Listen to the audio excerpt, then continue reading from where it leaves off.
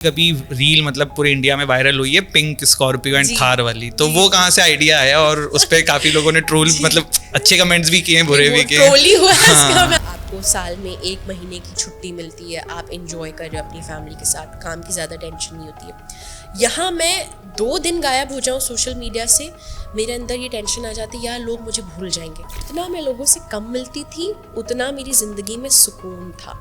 जब मैंने मिलना जुलना शुरू किया मैं एक ड्रामे का हिस्सा बन गई। जितना काम मैंने 9 to 5 में किया था एंड मैं अपसेट थी, डिसअपॉइंटेड थी, अब उससे डबल ट्रिपल काम में करती हूँ। अब कोई ब्राइड आ रही है, मेरी टेबल नहीं सेट है तो एंजाइटी के तहत गुस्सा, ये सब चीखना चिल्लाना, टेबल क्यों नहीं सेट है। मुझे अपना घर का एड्रेस नहीं पता था। मैं 16-17 साल बाद लौट के आई थी अपने कंट्री वापस। तो बिना किसी परेशानी के भी आप sad and low and depressed feel कर सकते हो। फिर मैं सोची यार कोई और सीरियल किलर, कोई मर्डरर, कोई भी आ सकता है। लगभग इनकम एज इन्फ्लुएंसर आप लोग कर लेते हैं। खाना खाने में रेस्टोरेंट जा रही हूँ, वेटर मुझे घर का मेरे एड्रेस बता रहे हैं। इंडियन ब्रांड बेटर है कि फॉरेन ब्रांड? क्योंकि जैसा कि क्या बॉयज भी मेकअप कर सकते हैं? हाय सारा, बहुत अच्छा लग रहा है आप हमारे स्टूडियो में आए एंड वंस अगेन स्वागत है आपका टॉक विद मानवेंद्र के 2nd एपिसोड में। तो सारा एज हम सबको पता है कि आप बहुत ही ज़्यादा फेमस मेकअप इन्फ्लुएंसर हैं। तो ये जर्नी कहाँ से शुरू हुई? मतलब इट्स नॉट लाइक ना कि एक दिन में 1 मिलियन हो गया है, तो वो जर्नी कहाँ से शुरू हुई और कितने समय पहले की ये कहानी है? जी थैंक यू सो मच मनवीन मुझे बुलाने के लिए यहाँ पर। एंड आपने बोला मैं बहुत ही फेमस मेकअप आर्टिस्ट हूँ तो कभी कभार मुझे लगता ही नहीं कि ये मेरी बात हो रही है। ऑलराइट, मैंने अपनी जर्नी आज से 4-4.5 साल पहले स्टार्ट की थी। कॉलेज से जब मेरा ग्रेजुएशन हुआ था मैं बहुत सारी इंटर्नशिप्स करती थी। तो मैं 2 हफ्ता एक जगह नौकरी करती, फिर छोड़ देती, फिर एक जगह नौकरी करती, फिर छोड़ देती। फिर मैंने रियलाइज़ किया कि मैं किसी के अंडर जॉब नहीं कर पाऊँगी एंड मैं एक बेसिक 9 to 5 जॉब नहीं कर पाऊँगी। मेरा इंटरेस्ट नहीं है उस चीज़ में। मैं काम उसी फील्ड में करना चाहती हूँ जिसमें मेरा इंटरेस्ट है, जिसमें मेरा पैशन है। सो मेकअप मैं हमेशा से सीखती थी, लेकिन गोल ये था कि मैं सिर्फ अपने लिए सीखूँ। फिर मैं मस्कत में रहती थी बाय द वे मनवीन, एंड वहाँ पर लोग ढेर सारा मेकअप करते हैं। कॉलेज जाने में भी लेंसेज, लैशेस, फुल ग्लैम करके कॉलेज जाते हैं हम लोग। कोई भी लड़की वहाँ पर मुँह धो के कॉलेज नहीं जाती है। तो मैंने मेकअप सीखा था अपने लिए कि ढेर सारा मेकअप करके मैं कॉलेज जाया करूँगी। फिर मैंने इंस्टाग्राम ज्वाइन किया एंड मैंने यहाँ के टॉप के मेकअप आर्टिस्ट देखे। मैंने पारुल गर्ग मैम को देखा, लीना भूषण मैम को देखा, भव्या कपूर मैम को देखा एंड मैंने कहा यार ये मेकअप तो मैं भी कर सकती हूँ। So why shouldn't I give it a shot and मैं भी प्रोफेशनली ट्राई करूँ। तो मैंने अपना बैचलर्स कर लिया था। मैंने अपने अम्मा अब्बा से बोला कि ज़िंदगी का 1 साल दे दीजिए जी। वो चाहते थे मैं कनाडा जाके मास्टर्स करूँ। बैचलर्स किस में किया था आपने? मैंने BSc in business and management किया है। मतलब मेकअप से कोई लेना मेकअप से कोई लेना देना नहीं था, कोई लेना देना नहीं था। लेकिन हमेशा मेकअप एंड फैशन में इंटरेस्ट मुझे बचपने से था, लेकिन वो सिर्फ मैं अपने लिए करती थी। फिर अम्मा अब्बा से कहा कि बस साल भर दीजिए ज़िंदगी का, इंडिया भेजिए मुझे, मेरा स्टूडियो ओपन करवाइए। चल गया तो चल गया, नहीं चला तो फिर कनाडा जाके मास्टर्स कर लिया जाएगा एंड रेस्ट इज हिस्ट्री। चल गया। इसी पे मेरे को एक और चीज़ पूछनी है सारा आपसे कि आपका कंटेंट ना मतलब जो बाकी मेकअप इन्फ्लुएंसर है उनसे अलग है। जैसे मैं एज ए बॉय, हमें तो कोई लेना देना नहीं है, बट मैं आपको काफ़ी समय से फॉलो करता हूँ just because of the comedy वाला पार्ट उसके अंदर। तो वो कहाँ से क्रिएटिविटी आई आपकी? एक तो दूसरी मेरा इसी पे एक और क्वेश्चन है कि आप फॉरेन रहे हैं, तो आपकी हिंदी एक तो इतनी अच्छी है, प्लस उर्दू, ये सारी चीज़ जो हमारे लखनवी या यूपी की जो हमारी लैंग्वेज है, इंडिया में जो मोस्टली लोग बोलते हैं, तो ये कैसे आप करते हैं कि ये कॉमेडी वाला जो आपने ये टच दिया है, ये कैसे किया है? मैं बचपने से बहुत फ़नी हूँ, मैं तो अपने आप को बहुत फ़नी समझती हूँ। ठीक है, हमारे घर में भी अगर कोई रोने धोने का माहौल होता था या कोई भी लड़ाई झगड़ा हुआ, कुछ भी बुरा हुआ, लेकिन हम सब उसको हंसी मजाक में टाल देते हैं। तो बचपने से द एटमॉस्फेयर एट होम बहुत ही ह्यूमरस रहा है, हंसी मजाक करते थे, तो फ़नी तो मैं हमेशा से थी। ऑलराइट, एंड हिंदी मेरी बचपने से ही अच्छी थी। घर पे भी, इवन तो मैं मस्कत में रहती थी, घर पे भी आप अवधी भी बोल लेते हैं? हाँ, अवधी भी बोल लेती हूँ। वो यहाँ आके जब मतलब रिक्शे वालों से इंटरेक्शन हुआ, जो हमारी दीदी सफाई करने आती हैं वो ऐसे बोलती हैं कि बिटिया ही यहाँ झाड़ू लगा दें, हुआ झाड़ू लगा दी, तो वो मैंने कैच कर लिया धीरे धीरे। एंड पहले जब मैंने इंस्टाग्राम ज्वाइन किया था मेरी वॉइस ओवर्स इंग्लिश में होते थे। फिर एक बार मैंने वॉइस ओवर हिंदी में डाला एंड दैट क्लिक्ड। Okay. क्योंकि मेजॉरिटी हम इंडियंस हिंदी में ही कंफर्टेबल रहते हैं। फिर धीरे धीरे मैंने अवधी एंड दूसरी लैंग्वेजेस बोलना शुरू किया, इट जस्ट क्लिक्ड हो गया फिर बस। इसी पे फिर एक और, जैसे अभी हमने देखिए पिंक माहौल कर रखा है यहाँ पे, है ना, तो आपकी कभी रील मतलब पूरे इंडिया में वायरल हुई है पिंक स्कॉर्पियो एंड थार वाली, तो वो कहाँ से आइडिया आया? और उस पे काफी लोगों ने ट्रोल मतलब अच्छे कमेंट्स भी किए, बुरे भी किए। ट्रोल ही हुआ है इसका, मैं आपको बता दूं, कल ही मैंने रैप उतरवा भी दिया है। अब वापस काली हो गई है। नहीं लेकिन पिंक अच्छी लग रही थी। पिंक अच्छी लग रही थी ना, आई नो। तो वो अपेक्षा ही को देख के मैं इंस्पायर हुई थी। अपेक्षा ने अपनी थार को पिंक करवाया था, तो मैंने सोचा यार मैं भी करवाती हूँ। एंड मेरी ये कीड़ा होता है दिमाग में, अगर मैं एक चीज़ सोच लूँ कि मुझे ये चीज़ करनी है, अगले ही दिन मुझे तुरंत करवानी होती। तो मेरे चढ़ गया था कि मैं अपनी गाड़ी को पिंक करवाऊंगी। तो अगले ही दिन करवाया एंड इतनी ट्रोलिंग हुई। कईयों को बहुत पसंद भी आई, कईयों को बहुत बुरा भी लगा। मुझे याद है कि मेरी अकेडमी के सामने मेरी गाड़ी पार्क रहती, तो मुझे विंडो से नज़र आता है एक लड़के ने अपनी बाइक रोकी, वो उतरा एंड वो सर पकड़ के खड़ा हो गया एंड 5 मिनट तक यूँ करता रहा कि किसने अपनी गाड़ी पिंक करवा ली है। लेकिन आई थिंक जिस चीज़ से हमें खुशी मिले हमें वो करना चाहिए, दुनिया की नहीं सोचनी चाहिए ज़्यादा। आपने मस्कट अभी यूज़ किया कि आप वहाँ पे रहें, तो कहाँ तक आपने स्कूलिंग वहाँ पे करी है? प्लस फिर इंडिया आने का सिर्फ यही एक मेजर रीज़न था कि आपको यहाँ पे आके अकेडमी डालनी थी, या फिर कुछ और भी कारण थे जिसकी वजह से आप आए भारत में? जी, तो मैं बचपन से करीबन 16-17 साल मैं मस्कत में ही रही हूँ। क्लास 2 से लेकर मैंने अपना स्कूल, बैचलर्स, पढ़ाई लिखाई सब वहीं पर हुआ है। एंड मैं मेनली लखनऊ वापस अपने बिजनेस के ही उससे आई थी, क्योंकि जो अपॉर्चुनिटी आपको अपनी खुद की कंट्री दे सकती है वो आप बाहर नहीं कर सकते हो आसानी से। तो मैं मेनली अपने बिजनेस के लिए यहाँ पर आई थी। तो आपने आके पहले इंस्टाग्राम शुरू किया, या फिर जो ये गेम ऑफ मेकअप करके हमारा एक इंस्टीट्यूट है जिसमें ट्रेनिंग देते हैं आप, और भी नए जो आ रहे हैं लोग, तो ये पहले खोला था कि पहले आपने इंस्टाग्राम शुरू किया था? मैंने इंस्टाग्राम मस्कत में ही शुरू कर दिया था, यहाँ आने से 6 महीना पहले खोल दिया था इंस्टाग्राम अकाउंट। एंड मैं मेकअप से रिलेटेड कंटेंट वहाँ डालती रहती थी। फिर मैं लखनऊ शिफ्ट हुई एंड साल भर मैंने फ्रीलांसिंग की जब तक मेरा स्टूडियो सेटअप हो रहा था। Freelancing in the sense? Freelancing in the sense कोई मेरे पास स्टूडियो नहीं था, मैं लोकेशन पे जा जाके, वेन्यू पे जा जाके लोगों का मेकअप करती थी एंड वो क्लाइंट्स मुझे थ्रू इंस्टाग्राम ही मिलते थे। तो उसके थ्रू क्लाइंट्स अटेंड किए एंड देन धीरे धीरे मैंने सीखा। मुझे इंडिया के बारे में कुछ पता भी नहीं था, मुझे अपना घर का एड्रेस नहीं पता था। मैं 16-17 साल बाद लौट के आई थी अपने कंट्री वापस, तो बहुत कुछ सीखा, बहुत स्ट्रगल किया था उस 1 साल में। प्लस फ्रेंड्स भी सब बाहर के ही होंगे, तो वो भी एक बहुत बड़ा प्रॉब्लम रहा होगा। कोई नहीं था मेरा यहाँ, मैं किसी को नहीं जानती थी। एंड जो रिश्तेदार थे भी, मतलब मेरी आदत है मैं लोगों से हेल्प लेने में थोड़ा हेसिटेट करती हूँ, झिझकती हूँ। तो किसी की मदद नहीं ली थी, कुछ नहीं लिया था, खुद ही सीख के स्टूडियो खोला द गेम ऑफ मेकअप के नाम से। एंड जिस दिन इनॉग्रेशन था उस दिन लॉकडाउन लग गया था, ये हुआ था। ओके, तो आपका लॉकडाउन से पहले कितना फॉलोइंग था इंस्टाग्राम पे? उस समय मतलब क्लिक हो गया था कि नहीं हुआ था? नहीं हुआ था, बिल्कुल क्लिक नहीं हुआ था। साल भर इंस्टाग्राम पे एक्टिव होने के बावजूद सिर्फ 2000 फॉलोअर्स थे, साल भर कंसिस्टेंट होने के बावजूद सिर्फ 2000। और पहले तो लोग बड़ी वो मतलब उल्टी बातें भी करते हैं कि यार इंस्टा पे डाल रही है, वो कर रहे हैं। हाँ, बहुत ज़्यादातर जो मेरे इर्द गिर्द लोग थे, सिवाय मेरी फैमिली के, सिवाय मेरे अम्मा अब्बा और मेरे भाई के, बाकी सब बातें ही बनाते थे। ये क्या अपनी अच्छी ज़िंदगी छोड़ के यहाँ आ गई, ये क्या तमाशे कर रही है, चुपचाप अपना मास्टर्स करती, बढ़िया नौकरी करती, ये क्या नाम बदनाम कर रही है, और क्या ही होगा, इसका मेकअप भी बुरा है और ये भी बुरा है। तो लोग बातें बनाते थे बहुत, लेकिन मुझे अपने ऊपर हमेशा से यकीन था।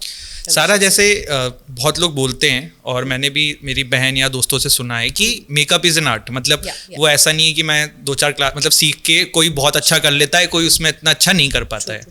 तो at what time you realise कि यार मेरे पास ये है, मतलब मैं कर रही हूँ, अच्छा कर ले रही हूँ, तभी आपने इसको भी चुना? तो एक्चुअली मैं ऐसा, पहली चीज़ तो मेरा ये कि ऐसा होता है कि हाँ ये किसी को अच्छा हो पाएगा, कोई सीख के भी उस लेवल पे नहीं कर पाएगा, पहला तो ये। और दूसरा ये कि आपको किस टाइम पे लगा कि नहीं यार यू आर डूइंग गुड, मतलब आप कर सकते हो? इनिशियली जब मैंने 4-4.5 साल पहले स्टार्ट किया था तो मेरा मेकअप भी इतना अच्छा नहीं था। It's all about practice and it's all about passion. अगर आज आप डिसाइड कर लें कि आपको एक मेकअप आर्टिस्ट बनना है and you are passionate about it, आप आने वाले 3 साल में मुझसे भी अच्छा मेकअप कर लेंगे। तो कोई भी जो प्रैक्टिस करेगा, जिसके अंदर पैशन होगा, जिसके अंदर यकीन होगा कि ये मैं कर सकता हूँ या कर सकती हूँ, तो वो इंसान कर लेगा। So obviously when you start तो आपका हाथ इतना साफ नहीं होता है, धीरे धीरे विद प्रैक्टिस विद पैशन चीज़ें बेहतर होती जाती है। And anybody can do it, ठीक है। सारा, आपका गो टू मेकअप प्रोडक्ट क्या है? मतलब गो टू मेकअप प्रोडक्ट, मुझे टिंट बहुत पसंद है. अगर जो लोग मुझे फॉलो करते हैं, जो जानते हैं कि मुझे गलमों पे ब्लशवा लगाना बहुत पसंद है, मैं हमेशा कहती हूँ, तो मैं ढेर सारा ब्लश लगाती हूँ. एंड ब्लश के बिना मैं नहीं रह सकती हूँ, जैसे आपको नजर आ रहा होगा. जी जी जी जी. इसी पे आपकी एक रील बहुत वायरल हुई थी जिसमें आपने अच्छा कंटेंट मतलब बनाया था, साथ में आपने बोला था कि मेरे लिप्स में फिलर आपने कराया है. जी जी. तो मुझे इसका एक्सपीरियंस बताइए और ये क्या प्रोसेस होती है थोड़ा. Lip fillers. जी जी. जैसे मतलब जैसे हम लोग देख रहे हैं तो वी फील की सेम है. हाँ, तो हाँ. वो क्या होता है, मतलब क्या ये प्रोसेस है, थोड़ा इसके बारे में आप बताएं. और आपका क्या एक्सपीरियंस रहा? काइली जेनर आप जानते होंगे. तो I used to be huge fan of Kylie Jenner. And आज से आई डोंट नो कितने साल पहले, 10 साल पहले या 8-9 साल पहले उन्होंने लिप फिलर्स करवाए थे. तब मैं उम्र में बहुत छोटी थी. तब मैंने सोचा था एक बार मैं बड़ी हो जाऊंगी एंड कमाने लगूंगी तो ज़िंदगी में एक बार तो मुझे ट्राई करना है बस. ऐसा नहीं है कि मैं अपनी नेचुरल होठों को लेके इनसिक्योर थी या कुछ थे. पतले थे लेकिन ठीक थे. मेकअप की मदद से मैं थोड़ा उनको ओवरलाइन कर लेती थी. तो एक बार मैंने लिप फिलर्स करवाए. वो इंजेक्शंस होते हैं, आपके लिप्स में हाइलुरोनिक एसिड डाला जाता है जिससे वो थोड़े प्लम्प हो जाते हैं. और एक दिन का प्रोसेस होता है? हाँ, एक दिन का क्या, 1 मिनट में डल जाता है वो बस. And then it last for 3 months, then 6 months. It depends on your body कि कितने समय तक वो लास्ट करते हैं. फिर एक बार करवाया तो मुझे बहुत अच्छे लगे, तो अब मैं हर 6 महीने पे करवा लेती हूँ. ओके. और इसमें कुछ अलग मतलब अलग सा फील होता है कि इट्स सेम जैसे? नहीं, कुछ ऐसा पता नहीं चलता है. बस पहले 1 हफ्ता थोड़ा लगता है, थोड़े लिप्स थोड़े स्टिफ हो जाते हैं, उसके बाद पता भी नहीं चलता है कि कुछ है आपके होंठों में. ठीक है. सारा एक और इन्फ्लुएंसर हैं, गुनीत रिद्धि करके इनका नाम है. और ये जरूर आलिश ने आपको बताया. जी जी, मैं आपके बारे में रिसर्च कर रहे थे तो उसमें सामने आया. तो मुझे ये बताइए कि इनके साथ एक कंट्रोवर्सी हुई थी आपकी. जी, और मैं आज ये सेशन से पहले मैंने फॉलोअर्स भी चेक किए, तो आपका मतलब आप आज की डेट में दोनों लगभग इक्वल फॉलोअर्स के साथ हैं. तो मुझे आप ये बताइए कि वो क्या कंट्रोवर्सी थी और क्या वो बड़ा एक वो मामला हुआ था उस समय. आज से 4 साल पहले, first of all I respect Guneet Virdi ma'am a lot. And उनको मैं कई सालों से फॉलो कर रही हूँ और बहुत रिस्पेक्ट है उनके लिए, उनके काम के लिए. एंड वो मेरी सीनियर है एंड दिल से उनको मैं पसंद करती हूँ. सो आज से 4-4.5 साल पहले when I was a nobody, मुझे कोई जानता भी नहीं था. मेरे होंगे तब 10,000, 12,000, 15,000 फॉलोअर्स इतने होंगे. मैंने उनकी एक फ़ोटो यूज़ की थी जो कि किसी और प्लेटफॉर्म पे पड़ी हुई थी. एंड वो बहुत ही फोटोशॉप्ड थी, बिल्कुल ब्लर था, ना पोर्स नज़र आ रहे थे, ना स्माइल लाइंस नज़र आ रही थी. तो मैं बस अपने स्टूडेंट्स को दिखा रही थी कि आप मेकअप से ये एक्सपेक्टेशन ना रखें, वो सब फिल्टर्स होते हैं. मेरी स्टूडेंट्स मुझसे कहती थी कि मैम हमारा मेकअप इस फ़ोटो की तरह क्यों नहीं है. फिर मैं बस समझा रही थी इस फ़ोटो के ज़रिए कि ये फ़िल्टर्स हैं. मेकअप के बाद भी आपकी स्किन जैसी है लगभग वैसी ही नज़र आएगी. अगर स्माइल लाइंस हैं, पोर्स हैं, रिंकल्स हैं, तो वो सब नज़र आएगा. उस पे गुनीत विरदी मैम को थोड़ा बुरा लग गया होगा, विच आई अंडरस्टैंड. अगर एक वीडियो थी एक वो, हाँ एक वीडियो, इंस्टाग्राम वीडियो, इंस्टाग्राम पे स्टोरीज मैंने लगाई थी. तो उस पर वो थोड़ा ट्रिगर हो गई. फिर उन्होंने मुझे ब्लॉक किया एंड बहुत हंसी मजाक मेरा उड़ाया. तो आपने उनसे ट्रेनिंग ली ऐसा कुछ? नहीं, मैं तो आप उनको जानते थे? नहीं, फॉलोअर थी, फैन. ओके, मतलब जस्ट नॉर्मल फॉलोअर. कभी कोई बातचीत नहीं? कभी कोई बातचीत नहीं होती. तो उस पर उनने मुझे ब्लॉक कर दिया और मेरा बहुत हंसी मजाक उड़ाया. फिर यही सब हुआ. अगर गुनीत विरदी मैम देख रही हैं, अगर मेरे फॉलोअर्स देख रहे हैं, तो मैं तहे दिल से माफ़ी भी मांगती हूँ उनसे, माफ़ कर दे. और आपका कोई बैड इंटेंशन तो था नहीं उसमें? बिल्कुल भी नहीं था, कसम से बिल्कुल भी नहीं था. लेकिन उनका रिएक्शन मैं अब समझती हूँ, अब मैं थोड़ा अंडरस्टैंड करती हूँ. अगर कोई मेरी फ़ोटो लेके इतना सब करे तो शायद मैं भी थोड़ा सा अपसेट होंगी. मैं शायद उस बात का इतना बड़ा बतंगड़ नहीं बनाऊंगी, लेकिन थोड़ा अपसेट होंगी. लेकिन अनब्लॉक कर दीजिए प्लीज़. आई होप वो ये पॉडकास्ट देखें और आपको इसके बाद अनब्लॉक करें. जी. आपने भी शायद उनको, मैंने भी कर दिया. हाँ, तो आप भी अनब्लॉक कर दीजिएगा. जी. एक और चीज़ आप बताइए कि जैसे बहुत सारे प्रोडक्ट्स का आप रिव्यू करते हैं आपकी रील्स के अंदर, तो मतलब क्या प्रोसेस रहता है इसका कि मतलब जैसे कोई प्रोडक्ट आपने यूज़ किया पहले, फिर आप उसको रिव्यू करते हैं, या फिर जो भी स्टोरी में यूज़ कर रहे हैं, रील्स में यूज़ कर रहे हैं, तो वो प्रोडक्ट आप कैसे मतलब चूज़ करते हैं, उसको रिव्यू करने का तरीका क्या रहता है? सी एज अ मेकअप आर्टिस्ट मेरे पास मेकअप के सैकड़ों प्रोडक्ट्स हैं. हम बोर हो जाते हैं उसी सेम चीज़ से. तो जब भी मार्केट में कोई नया प्रोडक्ट आता है तो ऑडियंस हम पे डिपेंडेंट रहती है कि अब सारा बताएंगी या कोई भी उनका फेवरेट मेकअप आर्टिस्ट है वो बताएगा. तो मैं रोज़ कुछ ना कुछ खरीदती हूँ, पहले अपने ऊपर ट्राई करती हूँ, मुझे अच्छा लगता है तो मैं अपने फॉलोअर्स को रेकमेंड करती हूँ, अपने ब्राइड्स पे यूज़ करती हूँ, नहीं अच्छा लगता है तो उसके बारे में नहीं बताते हैं, फिर ऐसा होता है। और ऐसा भी है क्या कि जो कॉस्टली मेकअप प्रोडक्ट्स हैं वही अच्छे होते हैं, कि देर आर अफोर्डेबल वाले कैटेगरी में भी देर आर कंपनीज, तो वो लोग भी सही सेम चीज़ दे रहे हैं, या फिर it's all the game of branding कि भाई वो बड़ा पैसा ज़्यादा ले रहे हैं क्योंकि ब्रांड है, या फिर एक्चुअली में क्वालिटी में भी अंतर रहता है? 90% I would say it's just about the brand, वरना क्वालिटी में ज़्यादातर अंतर नहीं होता है। अभी मैंने एक रील बनाई थी जिसमें मैंने एक तरफ 7,000 का गुची का फाउंडेशन लगाया था, दूसरी तरफ 700 रुपये का फॉरएवर 52 का फाउंडेशन लगाया था, एंड दोनों में लगभग कोई अंतर नहीं था। दोनों लॉन्ग लास्टिंग हैं, दोनों बेहतरीन फिनिश देते हैं। More than the product itself, अगर आपकी टेक्निक अच्छी है, ये मैं हमेशा एग्जाम्पल देती हूँ, अगर आपके पास 7,000 का फाउंडेशन मैं आपको दे दूँ एंड मैं 700 रुपये का लगाऊँ, मेरी फिनिश ज़्यादा अच्छी आएगी क्योंकि मेरे अंदर स्किल्स है, एंड आपको स्किल्स नहीं आती, लेकिन आपके पास तो 7,000 का फाउंडेशन है। जी जी जी। सो स्किल्स मैटर करती हैं रादर देन द प्रोडक्ट। मैं इसी पे ना एक चीज़ आपसे और सारा जानना चाहूँगा, बहुत बार हम लोग शादियों में जाते हैं जी, और अभी रिसेंटली भी मैं एक शादी में गया था मेरे दोस्त की, तो मैं अभी नाम नहीं लूँगा यहाँ पे, बट उसमें हमारा जो पर्पस रहता है कि जो महिलाएं हैं, मतलब जो भी शादी हो रही है जिनकी, वो सुंदर लगे, पर कभी कभी मतलब मोस्ट ऑफ द केसेस में मुझे ऐसा लगता है कि वो बहुत ज़्यादा वाइड कर दिया या इस तरीके की चीज़ें हो जाती है। तो आपको क्या रीज़न लगता है कि क्यों इसके पीछे क्या है, क्यों या तो वो मेकअप अच्छे से नहीं करा रहे, लेकिन फिर पता पड़ता है भाई अच्छा खासा पैसा दे के वो मेकअप भी करा रहे हैं, तो ये एक्चुअल में ऐसा होता है कि मुझे ऐसा लगता है, और क्या है इसके पीछे? ऐसा होता है, सी एज अ मेकअप आर्टिस्ट हमारे पास हर किस्म के क्लाइंट्स आते हैं, ठीक है। अब कुछ क्लाइंट्स मेरे पास आके कहते हैं कि सारा मैं एकदम नेचुरल लगनी चाहिए, बिल्कुल पता ना चले कि मेकअप है, तो उन पे हम एकदम नेचुरल मेकअप करते हैं। कुछ आते हैं कि बिल्कुल बदल दीजिए, गोरा कर दीजिए, मेरा हस्बैंड बहुत गोरा है, मुझे उनकी तरह गोरा होना है। अच्छा, तो एज अ मेकअप आर्टिस्ट मेरी तो ये जॉब है कि मैं उनको गोरा कर दूं। लोग ये समझेंगे कि मैंने अपनी मर्जी से किया है, लेकिन वो मेरी मर्जी नहीं होती, वो क्लाइंट को गोरा होना है हुए।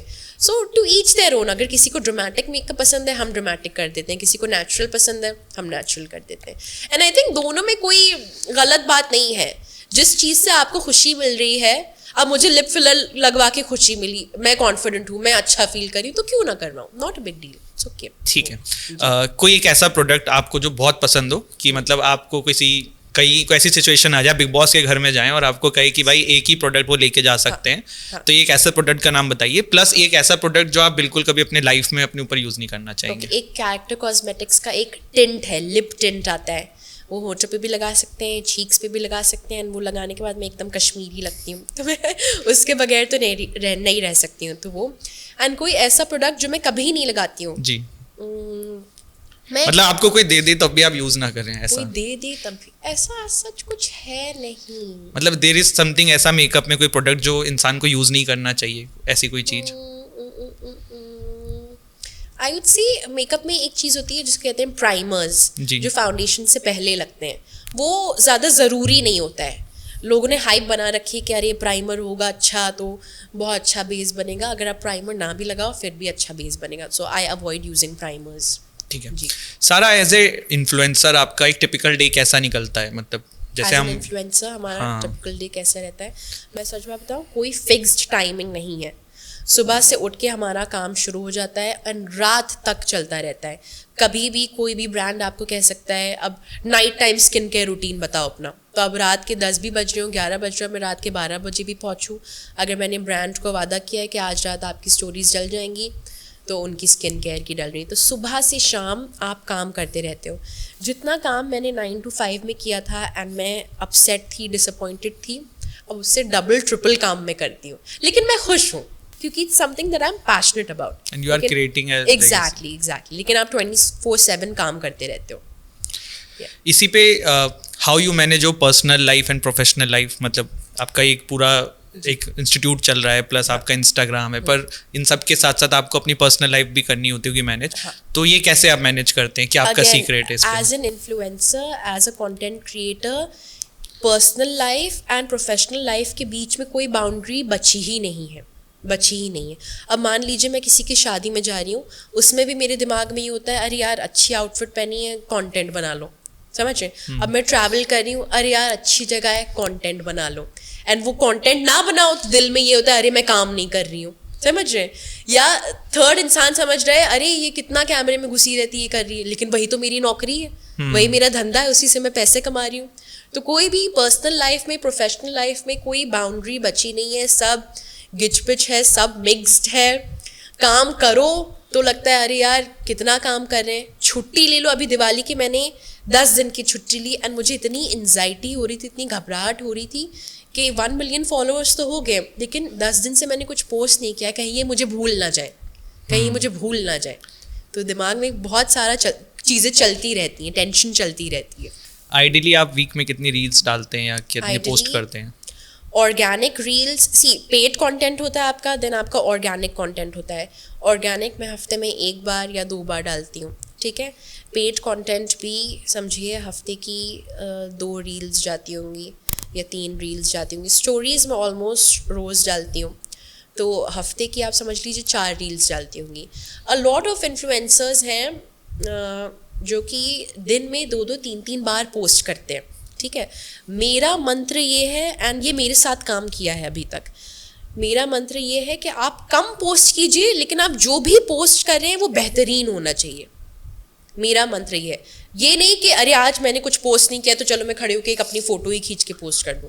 कुछ भी डालने के लिए हाँ, कुछ भी डालने के लिए मैं ज़बरदस्ती नहीं डालती हूँ। मैं भले ही 4 दिन कुछ ना डालूं, लेकिन जब डालूंगी तो कुछ बेहतरीन ही डालूंगी। मेरा गोल ये है। और ये स्क्रिप्ट आप अपनी खुद ही लिखते हैं, क्योंकि मतलब एक्चुअली बहुत फनी रहती है जो आप बोलते हैं, तो ये खुद से आप बनाते हैं कि देयर इज पीपल जो इसको लिख रहे हैं या कर रहे हैं? खुद से, हर चीज़ खुद से। एंड ये स्क्रिप्ट्स मेरे दिमाग में कम आती हैं जब मैं रात में थकी हारी नहा धो के बिस्तर पे लेटी हूँ, सोना चाह रही हूँ, नींद नहीं आ रही है, दिमाग में वो स्क्रिप्ट आ जाती है। फिर मैं अपने आप को वॉइस मैसेजेस भेजती हूँ, जो भी फ़नी लाइंस आ रही हैं सब भेजती जाती हूँ।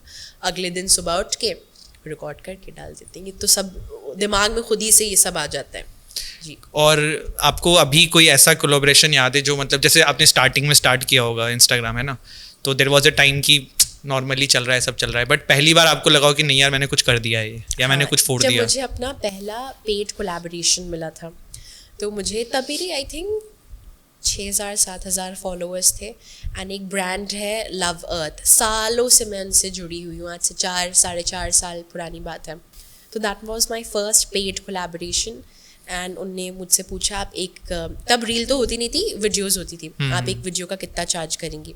और मैंने बोला मैं 5,000 चार्ज करूँगी। बल्कि मैंने बहुत कम बोला था, मुझे पता नहीं था क्या रेट ये कहीं लिखा ही नहीं कि आप कितना चार्ज करो। तो मैंने अपनी मर्जी से, उनने हंसी खुशी बोला और मैं पागल हो गई, क्या मुझे 5,000 रुपया मिल रहा है एक वीडियो डालने का?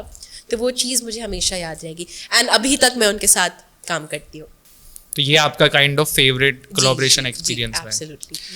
अभी इसी पे मेरे को एक आपकी कुछ दिन पहले स्टोरी याद है जो आपने डाली थी कि आई डोंट हैव फ्रेंड्स, और मैं अकेले रहती हूँ या फिर अकेले रहना चाहती हूँ, समथिंग लाइक दैट। तो मैं इसी पे एक चीज़ अपना यहाँ पे ओपिनियन दूंगा कि आप जब मॉस्कट से यहाँ पे आए होंगे उस समय आप ज़्यादा फेमस नहीं थे, तो आपकी दोस्ती यारी थोड़ी बहुत होती रही होगी, बट आज की डेट में आपसे जो भी नए बंदा मिल रहा है उसके दिमाग में यार ये है कि she is famous and she is ऐसा ऐसा, सबका अपना अपना कहीं ना कहीं वो रहेगा। तो 2 चीज़ें हैं मेरी, पहली तो क्या अब नए फ्रेंड्स बन रहे हैं, और दूसरे बन रहे हैं तो फिर अब आप ये कैसे देखते हो कि यार ये बंदा मेरे से इसलिए आ रहा है या कुछ इसलिए आ रहा है, और तीसरा कि आपने वो स्टोरी क्यों डाली थी? तीनों चीज़ का आप मुझे समराइज फॉर्म में बताइए। जी। सो मैं ज़्यादा सोशलाइज यूँ भी नहीं करती हूँ, बिल्कुल भी नहीं करती हूँ। ना मेरे कोई स्कूल के फ्रेंड्स हैं यहाँ पर, ना कॉलेज के फ्रेंड्स हैं। जैसे ही मैं यहाँ पर आई मैं अपने काम में जुट गई। जो मेरे दोस्त हैं वो सब मेरे काम से रिलेटेड है, यही मेरी टीम है, यही मेरे दोस्त हैं। बीच में समझे लगभग 8 महीना पहले एक हमारे जितने भी इन्फ्लुएंसर्स हैं लखनऊ के, हमारा एक MUAs का ग्रुप था, मेकअप आर्टिस्ट का ग्रुप। तो बुलावे मुझे 4 साल से आते थे, आइए इस पार्टी में, आइए उस पार्टी में आइए, मैं जाती नहीं थी। मैंने सोचा चलो जाना शुरू करते हैं, दोस्ती यारी करते हैं, मिलते जुलते हैं, मज़ा आएगा, ये सब होगा। तो मिलना जुलना शुरू किया। लेकिन देखिए मैं ऐसी इंसान हूँ, अगर मुझे आप पसंद हैं तो आप पसंद हैं, अगर आप नहीं पसंद हैं तो मैं आपके मुंह पे आपको बटर करने की कोशिश नहीं करूँगी, मैं आपसे ज़िंदगी में नहीं मिलूँगी, ठीक है। लेकिन अक्सर ये होता है ना कि लोग आपसे मिलते हैं क्योंकि आप हैं, आपके फॉलोअर्स हैं जो हैं, एंड देन पीठ पीछे आपकी इतनी बुराइयां करते हैं। ऐसे लोगों से मुझे मिलना जुलना बिल्कुल नहीं पसंद है। तो कुछ महीना मैं मिली जुली लोगों से, मैं ये नहीं कह रही हूँ कि सब बुरे हैं, सब अच्छे हैं, सब अच्छे हैं, उसमें कोई वो नहीं है, लेकिन मुझे ये चीज़ें नहीं पसंद है कि मैं किसी के साथ मिलूँ, अपनी पर्सनल चीज़ें शेयर करूँ एंड ताल्लुकात बढ़ाऊँ एंड देन पीछे मैं अपनी बुराइयाँ सुनूँ। ऐसे लोगों से मुझे सख्त नफरत है। अगर आप मुझे पसंद करते हैं आप मेरे साथ मिलिए, नहीं पसंद करते ना मिलिए, कोई बात नहीं। तो आई रियलाइज़ कि जितना मैं लोगों से कम मिलती थी उतना मेरी ज़िंदगी में सुकून था। जब मैंने मिलना जुलना शुरू किया मैं एक ड्रामे का हिस्सा बन गई, गॉसिप्स का हिस्सा बन गई। ज़िंदगी की जो भी बातें थी मोहल्ले भर में, लखनऊ भर में फैलने लगी। जिनको मैं दोस्त मानती थी वही फैलाने लगी। एंड एक बात से दूसरी बात, तीसरी बात, बढ़ा चढ़ा के देन आई रियलाइज़ कि ना ही मेरी पर्सनल ज़िंदगी में इजाफ़ा हो रहा है लोगों से मिलके, ना ही मेरी प्रोफेशनल ज़िंदगी में इजाफ़ा हो रहा है, और बुराइयाँ ही हो रही हैं, मेंटल टॉर्चर हो रहा है, टेंशन हो रही है। तो मैं अब किसी से मिलती जुलती नहीं हूँ, ना मुझे किसी की पार्टी में जाने का शौक़ है, ना किसी की शादी में जाने का शौक़ है, एंड किसी से मिलने का शौक़ नहीं है। मैं अपने काम पे फोकस्ड हूँ, जो मेरे दोस्त हैं वो मेरे साथ हैं। तो I don't like socialising at all, बिल्कुल भी नहीं जी। और आप ये फिल्टर कैसे करते होंगे? जैसे ठीक है आप नहीं मतलब ज़्यादा सोशलाइज नहीं करते हैं but still you will have some friends, मतलब आपके जीवन में कोई दोस्त तो होंगे ही। तो मेरा ये कहना है कि ये कैसे पता पड़ेगा कि यार ये बंदा आपसे कुछ इंटेंशनली मिल रहा है या फिर मेरे जो फ़िलहाल दोस्त हैं अभी, ये मेरे तब के दोस्त हैं जब मैं कुछ नहीं थी, ये तभी के दोस्त हैं। ओके। एंड एक इंट्यूशन अंदर से आ जाती है कि ये इंसान, देखिए जहाँ कोई मुझे बेइंतहा बटर करने लगता है, बहुत ऐसा होता है, मतलब है ना, बहुत लोग इंटेंशनली आके मिल रहे हैं, बात कर रहे हैं, बहुत होता है। तो वो एक अंदर से एक इंट्यूशन आ जाती है। और मैं ये नहीं कह रही कि सब बुरे हैं, अगर मैं किसी से मिलूं तो मैं भी उनकी फ़ैन होती हूँ, तो इंसान दोस्ती करना चाहता है। बिल्कुल, लेकिन अगर इंटेंशन सिर्फ ये है कि यार मैं ये अच्छी लड़की, मुझे इसकी दोस्त बनना है, तो मुझे कोई दिक्कत नहीं है। I would love to meet you, I would love to hang out with you.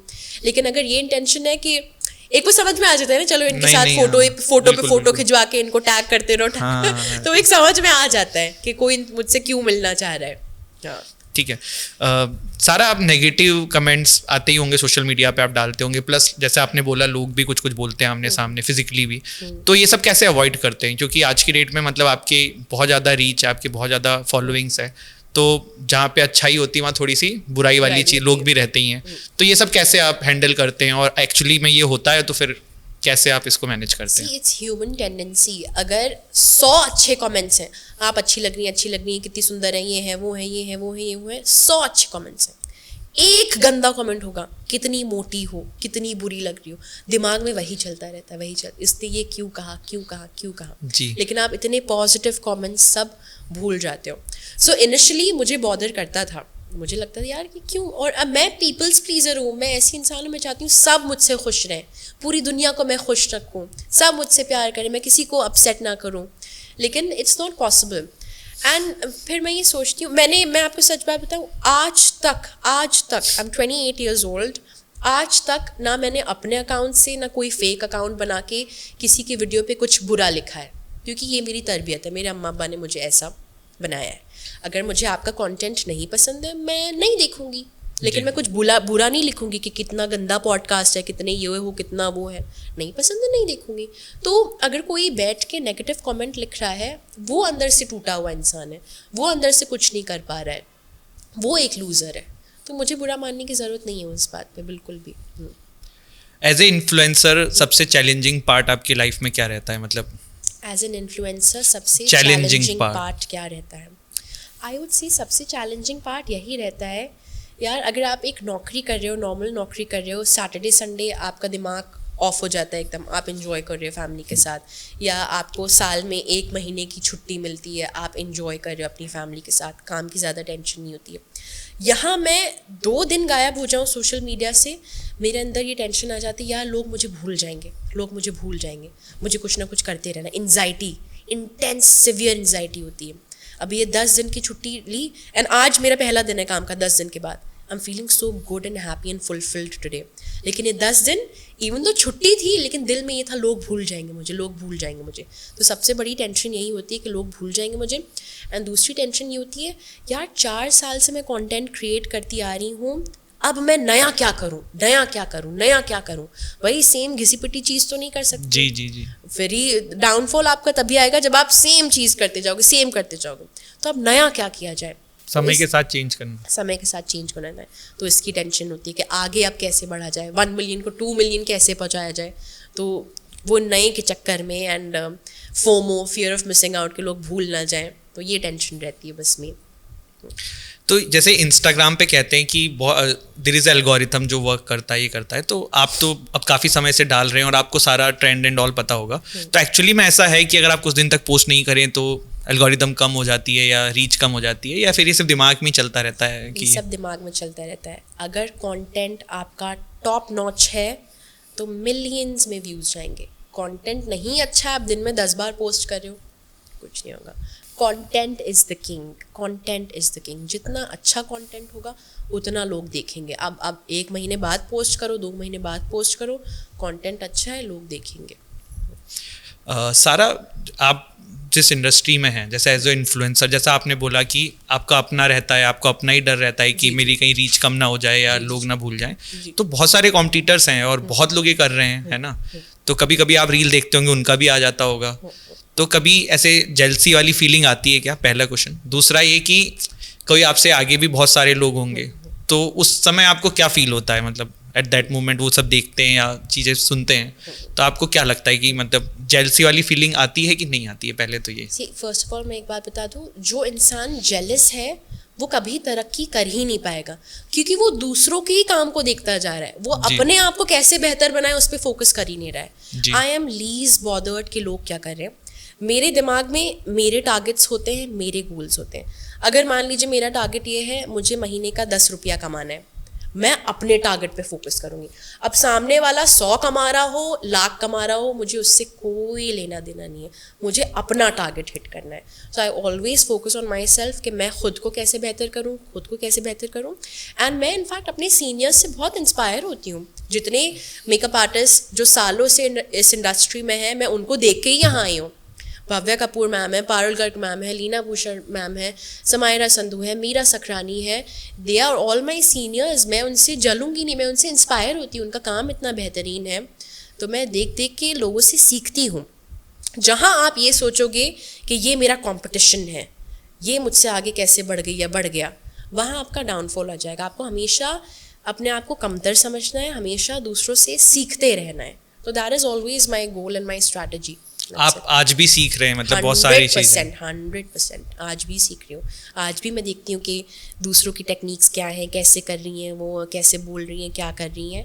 And जो दूसरों से इंस्पायर्ड होता है, मैं हमेशा बताती भी हूँ कि आई have learn this from her, इनको देख के मैंने सीखा है। सो वो देयर इज ए कोट भी ना कि एक टीचर को सबसे अच्छा स्टूडेंट होना चाहिए पहले। तो वो वाली बात है। और सारा, आप मेंटल हेल्थ तो सब बहुत आजकल कॉमन टॉपिक है and most of the influencer सभी थोड़ा बहुत इसके बारे में डिस्कस करते हैं, तो आपका क्या इसके ऊपर टेक है और क्या इम्पैक्ट होता है इन सब काम वाम से? मैं अक्सर मेंटल हेल्थ के बारे में भी अपनी स्टोरीज में बहुत बोलती हूँ। that I've been very depressed also in my life. देखिए, अगर मैं अपनी स्टोरीज़ पे, अपनी इंस्टाग्राम पे अपनी हैप्पी मोमेंट्स शेयर करती हूँ, अपनी तरक्कियाँ शेयर करती हूँ, तो मैं अपने लो मोमेंट्स के बारे में भी ज़रूर बताती हूँ। एंजाइटी इज़ वेरी रियल, आप घबरा जाते हो, पैनिक अटैक्स होते हैं, आप डिप्रेस फील करते हो, सैड फील करते हो। मैंने अक्सर अपने थेरेपिस्ट के बारे में भी बताया, मैं थेरेपी भी लेती थी। एज एन इंसान, as an influencer, as a normal human being, जब एक दाना निकल आता है तो मैं डर्मेटोलॉजिस्ट के पास जाती हूँ। लेकिन जब एक दिमाग में दिमागी संतुलन थोड़ा खोया हुआ है, तो उसके लिए आप डॉक्टर के पास क्यों नहीं जाओगे? सही बात। अपनी स्किन के लिए आप डॉक्टर के पास जाओगे, अपने दिमाग और अपने दिल के लिए क्यों नहीं जाओगे? तो I am a huge adamant preacher of going to therapy. आप थेरेपी पे जाइए, एंड अगर आप लो फील कर रहे हो, डिप्रेस फील कर रहे हो, talk to somebody and these things are real, 100% real. India में पहले तो इसको लेके बड़ा टैबू टाइप का था, लेकिन मुझे लगता है दीपिका पादुकोण जब पहली बार सामने आई, तब फिर उसके बाद थोड़ा एक्सेप्टेंस हुआ ये पब्लिकली कि यार ये चीज एक्चुअल में कुछ होती है। एंड ये कुछ नहीं, मतलब मेरी जिंदगी परफेक्ट है एकदम। आप काम भी कर रहे हो, पर्सनल लाइफ भी अच्छी है, प्रोफेशनल लाइफ भी अच्छी है, हर चीज़ अच्छी है, लेकिन आप फिर भी डिप्रेस्ड फील कर सकते हो, फिर भी आपको एंजाइटी इश्यूज होते हैं। सो ऐसा मत समझे कि इसकी लाइफ में कोई परेशानी है इसलिए वो सैड है। बिना किसी परेशानी के भी आप sad and low and depressed feel कर सकते हो, एंड उसके लिए आपको थेरेपिस्ट के पास जाना चाहिए। आपको कोई ऐसा टाइम याद है कि जब आपको मतलब बहुत ही ज़्यादा वो टाइम आपकी लाइफ में आप चाहेंगे कि डिलीट हो जाए, कंट्रोल डी से इसको डिलीट कर दें? नहीं, मैं अपनी लाइफ से कोई भी वक्त को हरगिज़ नहीं डिलीट करना चाहूँगी। आप जो आप इंसान हो, वो आप अपने एक्सपीरियंसेस से ही तो बने हो ना। जी बिल्कुल। अपने हाई मोमेंट्स एंड अपने लो मोमेंट्स। जब आपकी ज़िंदगी में सैडनेस नहीं होगी तो आप हैप्पी मोमेंट्स को कैसे अप्रिशिएट करोगे, राइट? तो मैं अपनी ज़िंदगी से कुछ भी नहीं हटाना चाहूँगी, जैसी है बिल्कुल बढ़िया है, परफेक्ट है एकदम। मैं एक्चुअली ये जो मतलब मेंटल वाला जो इशू होता है ना, इस पे पूछ रहा हूँ कि कभी आप जैसे बहुत परेशान रहे हो या डिप्रेशन वाला रहा हो, तो आपको कोई वो फेज़ याद हो कि यार ये फेज़ था जो बहुत टफ था मेरे लिए और मैं इससे ओवरकम कर गई, ऐसा कोई फेज़ आपकी लाइफ में? So there was a time, पिछले साल मैं बहुत ही डिप्रेस थी, बहुत सैड हो गई थी अचानक से, एंड काम में भी मेरा दिल नहीं लग रहा था, and I was just feeling very anxious, हर चीज़ को लेके बहुत घबराहट एंड एंजाइटी थी, एंड मुझे समझ में नहीं आ रहा था कि क्यों हो रहा है। That's when I started seeking therapy. तब मैं थेरेपी पे जाना शुरू किया, एंड थेरेपिस्ट ने बताया कि मेरे दिमाग में मतलब मुझे OCD भी था, तभी मुझे एंजाइटी भी डायग्नोस हुई कि मैं घबरा जाती थी, एंजाइटी हो जाती थी। अब मान लीजिए आपने मुझे 5 बजे का टाइम दिया है, ठीक है, एंड 4:30 बजे मैं डॉट 5 बजे पहुंची कि नहीं बताइए? बिल्कुल। ये मैं अपनी एंजाइटी की वजह से पहुंची हूँ 5 बजे। अगर 5 बजे से 5 मिनट भी देरी हो गई, मेरे पैनिक अटैक शुरू हो जाता, पसीने, तीनों पे चीखना, चिल्लाना, तो ये है एंजाइटी। तो ये हो जाता था मुझे, किसी भी इवेंट पे पहुंचना है, अगर मैं टाइम पे ना पहुंचूं, चीखना, चिल्लाना, घबराहट, पसीने, and I am not somebody who is rude at all. मैं बहुत ही खुश मिजाज अच्छी इंसान हूँ, लेकिन वो एंजाइटी के तहत गुस्सा। अब कोई ब्राइड आ रही है, मेरी टेबल नहीं सेट है, तो एंजाइटी के तहत गुस्सा, ये सब चीखना चिल्लाना, टेबल क्यों नहीं सेट है मेरी, वो आने वाली है, ये वो, तो ये होती है एंजाइटी, पैनिक अटैक शुरू हो जाता है। तो उसके लिए मैंने थेरेपी सीख की, and I am a much कामर पर्सन। तो क्या हुआ, अगर 5 बजे का टाइम, अगर मैं 5:05 पे भी आ गई, नॉट बिग डील। सो लंबी सांसें लेते हैं तो लंबी सांसें लेके अब मैं धीरे धीरे सीख रही हूँ कि अगर डिले भी हो रहा है चीज़ों में, I am a perfectionist when it comes to my work. I am a perfectionist. अगर चीज़ें मेरे तौर तरीक़ों से नहीं चलती हैं, उसमें भी एंजाइटी हो जाती है, घबराहट, चीखना चिल्लाना। But I have learn to control that. I have learn to, जो मेरे हाथ में है चीज़ें कंट्रोल में, मैं उनको कंट्रोल करती हूँ, जो नहीं है नहीं। इसी पे सारा, अभी आपने बोला कि आप परफेक्शन के बिना कोई चीज़ नहीं करते हैं। हाँ। तो ऐसे मैंने भी बहुत सारे मेरे दोस्त हैं, एक मेरे बहुत ही क्लोज फ्रेंड हैं, वो भी इसी तरीके से मतलब परफेक्शन के बिना वो कोई चीज़ डालता नहीं है, या कोई काम मिला है तो पूरा करेगा। तो मेरे को उसमें एक जो प्रॉब्लम वो फेस करता है वो बहुत बार दिखता है। वो दिखता है कि जैसे उसने कोई चीज़ करनी है तो वो करके तो रख लिया, लेकिन वो उसको बार बार उसमें 0.1% भी अगर मिस्टेक है तो ढूंढने की कोशिश करता है, तो टाइम भी बहुत डिले हो जाता है, बहुत बार बहुत टाइम लग जाता है किसी काम को करने में। तो आपको ये प्रॉब्लम होता होगा। हाँ, मैं भी ये करती हूँ, कितना प्रोक्रास्टिनेट करती हूँ। काम मुझे बहुत मिलता है महीने भर का, बहुत ब्रांड कोलैबोरेशंस, बहुत चीज़ें मिलती हैं, लेकिन हम हर किसी का काम लेते भी नहीं है।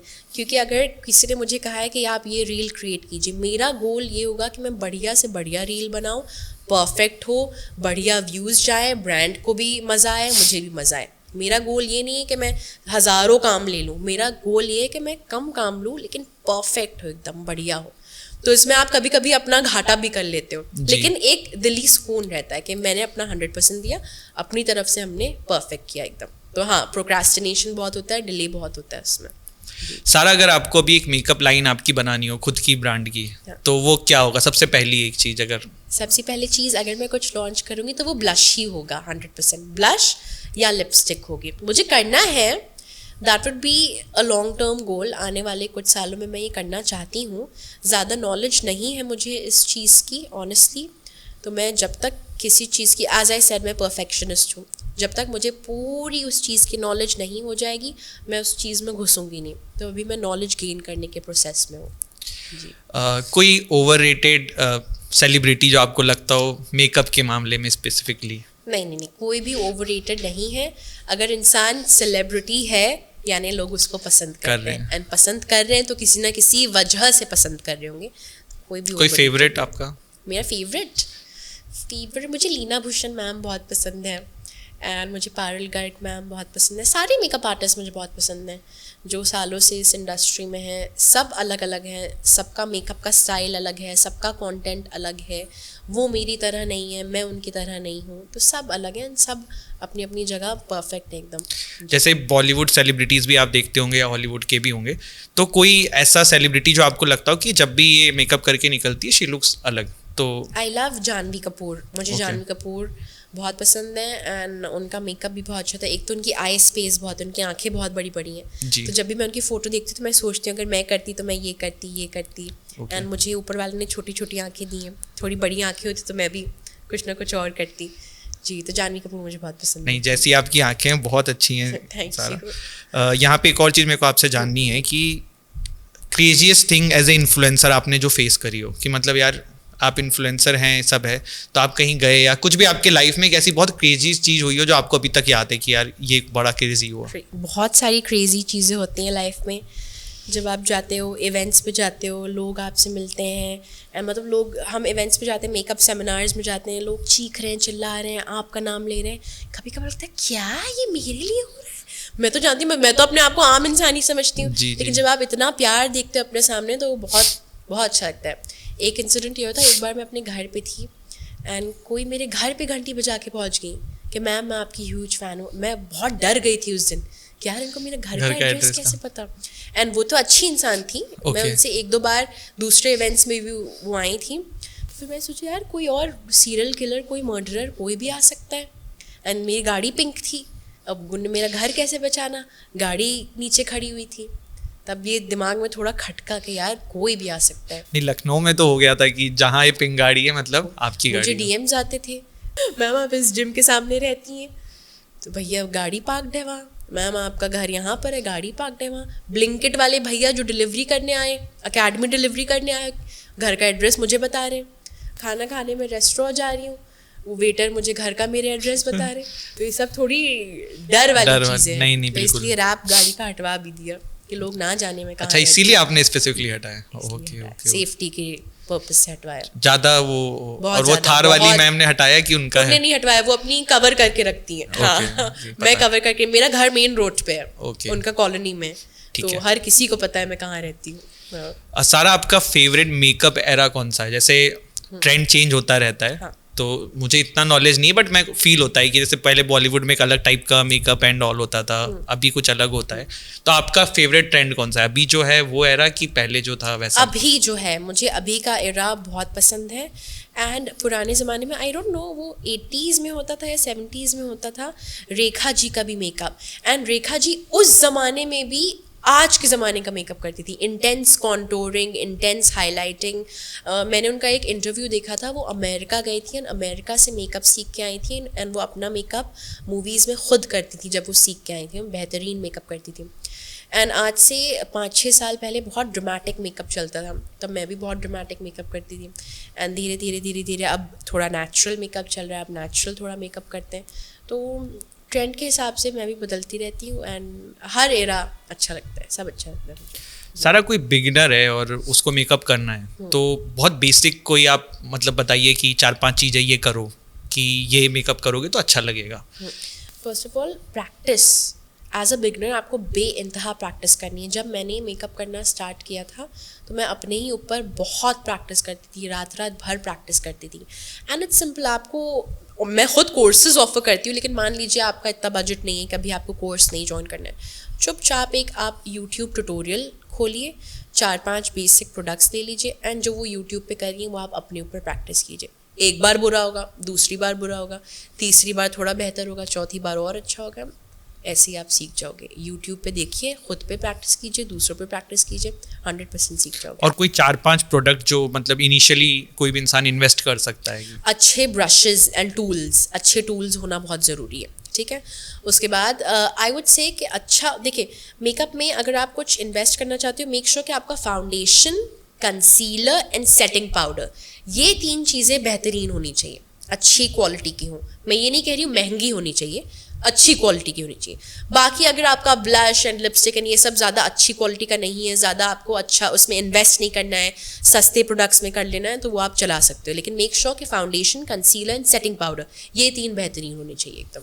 सारा एज ए बॉय मैं ये जानना चाहता हूँ कि क्या बॉयज़ भी मेकअप कर सकते हैं, पहला तो ये, और अगर हमें करना है तो क्या 2-3 चीज़ें हैं जो हम लोग कर सकते हैं? एब्सोल्युटली, बहुत सारे बॉयज़ बेहतरीन मेकअप करते हैं, एंड क्यों नहीं करें। अगर कोई मेकअप करने के बाद मैं बहुत कॉन्फिडेंट फील करती हूँ, मैं अच्छा फील करती हूँ, मेरे दाने धब्बे छुप गए, मेरी अंडर आई डार्क सर्कल्स छुप गए, तो वैसे कई लड़के हैं वो भी अपने फ्लॉज को छुपाना चाहते हैं। एज अ बॉय आपको ज़्यादा चीज़ों की ज़रूरत नहीं है, you just need a nice concealer and a second powder. Concealer in the sense जैसे पिंपल्स एंड ऑल को छुपाने के लिए, पिंपल्स या डार्क सर्कल्स छुपा लेंगे, एंड पाउडर से जब उसको सेट करेंगे तो वो पूरा दिन जगह से हिलेगा। बस आप कंसीलर एंड पाउडर की कोई ब्रांड सजेस्ट करना चाहें? कंसीलर एंड पाउडर की ब्रांड अफोर्डेबल जो हो, affordable, you can go with forever 52, PAC, तो ये सब अफोर्डेबल एंड अच्छे ब्रांड्स हैं। और आपका क्या मानना है कि जो हम लोग आजकल एक सनस्क्रीन का है प्लस देयर इज मॉइस्चराइजर, तो ये सब भी इम्पैक्ट करते हैं कि? Absolutely, skin care is a must. अगर स्किन अच्छी नहीं है उसके ऊपर मेकअप भी अच्छा नहीं लगेगा। अगर स्किन अच्छी है तो आप कम से कम मेकअप लगा लो या ज़्यादा से ज़्यादा मेकअप लगा लो, वो बेहतरीन लगेगा। So A1 you have to focus on your skin को अच्छा करना है, देन उसके ऊपर मेकअप और अच्छा लगेगा। स्किन अच्छी नहीं है तो मेकअप भी नहीं अच्छा लगेगा। तो skin care is a must, sunscreen is a must, moisturising your skin is a must. तो ये सब तो करना ही करना है। पहले सनस्क्रीन मॉइस्चराइजर लगाया जाता है स्किन पे, प्रेप करते हैं, यस, पहले स्किन प्रेप करते हैं, मॉइस्चराइजर लगाते हैं, सनस्क्रीन लगाते हैं, अंडर आई क्रीम्स लगाते हैं, सीरम्स लगाते हैं, बहुत लंबा प्रोसेस। तो आप मुझे मतलब थोड़ा बताइए ना, जैसे स्टेप बाय स्टेप। मैं एज ए गर्ल, जैसे कोई देख रहा हो इसको, पॉडकास्ट को देख रहा है और अभी वो नहीं जानती है मेकअप कैसे करते हैं, तो थोड़ा समराइज फॉर्म में आप बताइए। मेरे चेहरे पे कम से कम 15 लेयर्स लगी होगी, ठीक है? तो आज आप ही की 15 लेयर हम देखते हैं, ठीक है? तो मैंने फेस वॉश से स्टार्ट किया, उसके बाद मैंने मॉइस्चराइजर लगाया, उसके बाद मैंने सनस्क्रीन लगाई, उसके बाद मैंने अंडर आई क्रीम लगाई, उसके बाद प्राइमर मैंने स्किप कर दिया, उसके बाद मैंने कलर करेक्शन किया, ठीक है, ऑरेंज कंसीलर लगाया, फिर फाउंडेशन लगाया, उसके बाद एक और कंसीलर लगाया, उसके बाद क्रीम कॉन्टोर किया, क्रीम ब्लश किया, पाउडर सेटिंग की, पाउडर कॉन्टोर किया, पाउडर ब्लश किया, सेटिंग स्प्रे किया। तो ये हो गई, इतनी लेयर्स हुई हैं। तो कितनी हो गई? 13 लेयर्स हुई हैं। उसके बाद लिपस्टिक और ये सब, तो ये 13 लेयर्स लगी हुई हैं, लेकिन पतली पतली लेयर्स लगनी, पतली पतली लेयर्स लगनी। वो अच्छा लग रहा है मेकअप। हाँ, बहुत अच्छा लग रहा है, मतलब पता ही नहीं पड़ रहा था। थिंग इज कि मेकअप का मुझे लगता है यही वो है कि पता ना पड़े, exactly, तो पता ना चले कितनी लेयर्स लगी। एग्जैक्टली। सारा एक और चीज़ है कि मेकअप में जो भी इसमें आते हैं प्रोडक्ट्स आते हैं, थोड़े बहुत केमिकल्स या इस तरीके की चीज़ें रहती होंगी, तो एक स्किन को लेके लोगों के दिमाग में रहता है कि मेकअप प्रोडक्ट यूज़ करेंगे तो स्किन खराब हो जाएगी। तो पहली चीज़ तो क्या एक्चुअल में ऐसा होता है? नहीं, आई डोंट थिंक ऐसा होता है। अगर यही चीज़ होती तो आपकी कटरीना, ऐश्वर्या, इन लोग की स्किन तो बर्बाद हो जानी चाहिए अब तक। ये लोग तो घंटों शूट करते हैं, एंड किस उम्र से ये लोग मेकअप लगा रहे हैं। आज के ज़माने के जो आपके मेकअप प्रोडक्ट्स हैं बहुत अच्छी क्वालिटी के हैं, FDA अप्रूव्ड होते हैं, बेहतरीन उसमें इंग्रेडिएंट्स होते हैं। कई फाउंडेशंस एंड कंसीलर्स में तो स्किन केयर प्रॉपर्टीज़ भी होती हैं, वो स्किन को और अच्छा कर देते हैं।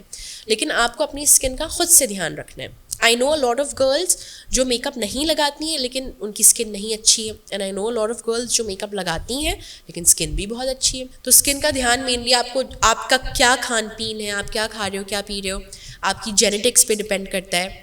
एंड आप मेकअप रिमूव कैसे करो, दैट मैटर्स।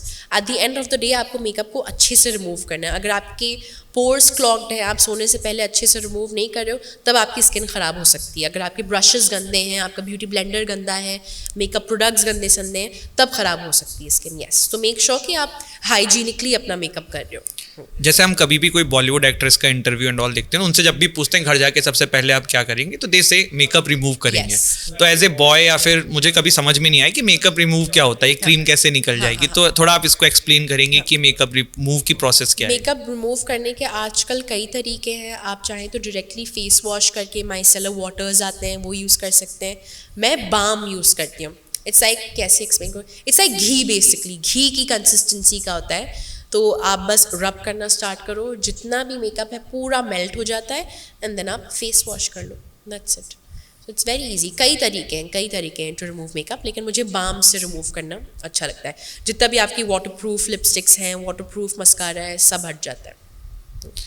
ठीक है। आजकल नेचुरल मेकअप प्रोडक्ट्स का भी बहुत ट्रेंड चल रहा है कि ये नेचुरल है, ये है, वो है। तो आपका क्या इसके ऊपर टेक रहता है कि नेचुरल भी सेम ही चीज़ है कि एक्चुअल में उसमें जो थोड़ा रहता है कि नेचुरल वाला रहता है तो वो थोड़ा डिफरेंट है, या क्या है? बहुत सारे ब्रांड्स आजकल एनवायरनमेंट फ्रेंडली प्रोडक्ट्स निकाल रहे हैं जो वीगन हैं एंड नो प्लास्टिक एंड कई ऐसी चीज़ें हैं. So that is nice.